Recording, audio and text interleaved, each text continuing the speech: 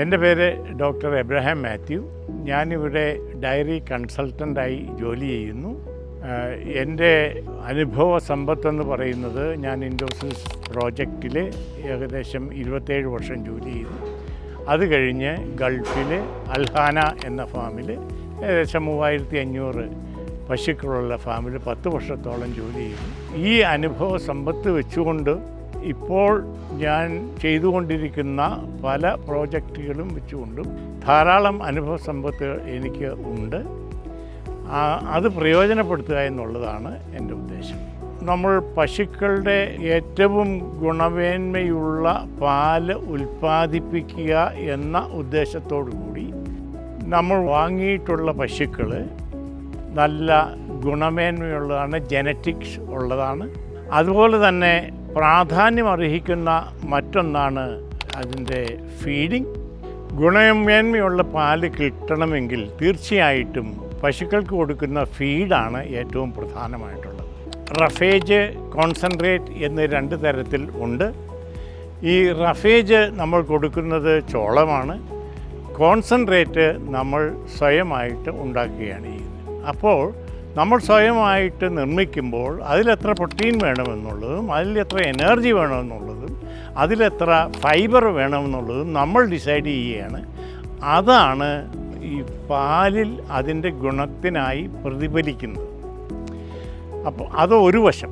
രണ്ടാമതൊരു വശം, തീർച്ചയായിട്ടും പശുക്കൾക്ക് ഫീഡ് കൊടുക്കുമ്പോൾ അതിൽ റഫേജസ് വേണം. ഈ റഫേജസ് ഏറ്റവും മെച്ചപ്പെട്ടത് എന്ന് പറയുന്ന പുല്ലായ ചോളത്തിൽ നിന്നാണ് നമ്മൾ കൊടുക്കാൻ ഉദ്ദേശിക്കുന്നത്.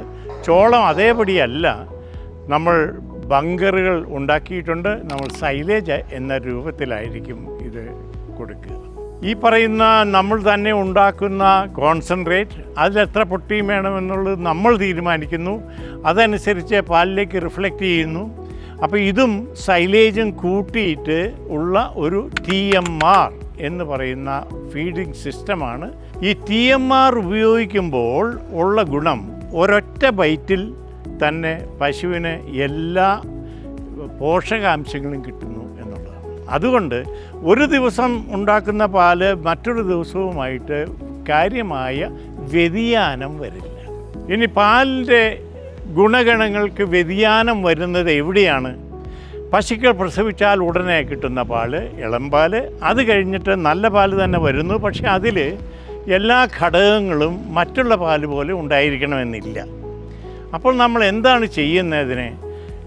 പശു പ്രസവിച്ച ഉടനെ തുടങ്ങി 21 ദിവസത്തേക്ക് നമ്മൾ ഒരു ഫീഡിൻ്റെ സംയോജിതം നമ്മൾ കൊടുക്കുന്നു. അതിനായിട്ട് നമുക്ക് കമ്പ്യൂട്ടറുണ്ട്. കമ്പ്യൂട്ടറിൻ്റെ സഹായത്തോടു കൂടി അങ്ങനെ ഇയർലി ഫീഡെന്ന് ഞങ്ങൾ വിളിക്കുന്ന പ്രസവ ദിവസം മുതൽ 21 ദിവസം വരെയുള്ള ഫീഡ് ഞങ്ങൾ കൊടുക്കുന്നു. ഏറ്റവും സോഫിസ്റ്റിക്കേറ്റഡ് ആയിട്ടുള്ള ടെക്നോളജി ഉപയോഗിച്ചിട്ടാണ് റെക്കോർഡിങ്ങും ആ റെക്കോർഡിനോട് അനുബന്ധമായിട്ടുള്ള പ്രവർത്തനങ്ങളും ഇവിടെ നടത്തുന്നത്. അതിലൊന്നാണ് നമ്മളുടെ ഡിജിറ്റൽ റെക്കോർഡിംഗ്. അത് ഓട്ടോമാറ്റിക്കായിട്ട് പാർലർ വഴി നമുക്ക് കിട്ടിക്കൊണ്ടിരിക്കും. ഓരോ പശുവിൻ്റെയും പ്രൊട്ടക്ഷൻ കിട്ടിക്കൊണ്ടിരിക്കും. അതിനായിട്ട് നമ്മളുടെ ഓരോ പശുക്കളിലും ബെൽറ്റ് ഉണ്ടാകും. ഈ ബെൽറ്റിൽ ഒരു സെൻസർ ഉണ്ടാകും. ഈ സെൻസർ വെച്ചിട്ടാണ് ഓരോ പശുവിൻ്റെയും ഡീറ്റെയിൽസ് നേരിട്ട് ഡിജിറ്റലൈസ് ചെയ്ത് നമുക്ക് കിട്ടുന്നത്.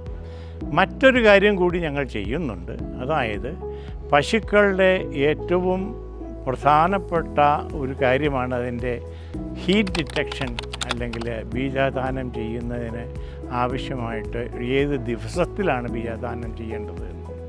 ഇത് ഓട്ടോമാറ്റിക്കായിട്ട് നമുക്ക് കിട്ടിക്കൊണ്ടിരിക്കും. സാധാരണ ഓരോ മനുഷ്യരും പോയി നോക്കേണ്ട കാര്യങ്ങളില്ല. അല്ലാതെ തന്നെ നമുക്ക് സെൻട്രൽ പ്ലേസിലേക്ക് ഏത് പശുവാണ് ഏത് ദിവസം ബീജാദാനം ചെയ്യേണ്ടത് എന്നുള്ള കാര്യം കൂടി കിട്ടിക്കൊണ്ടിരിക്കും.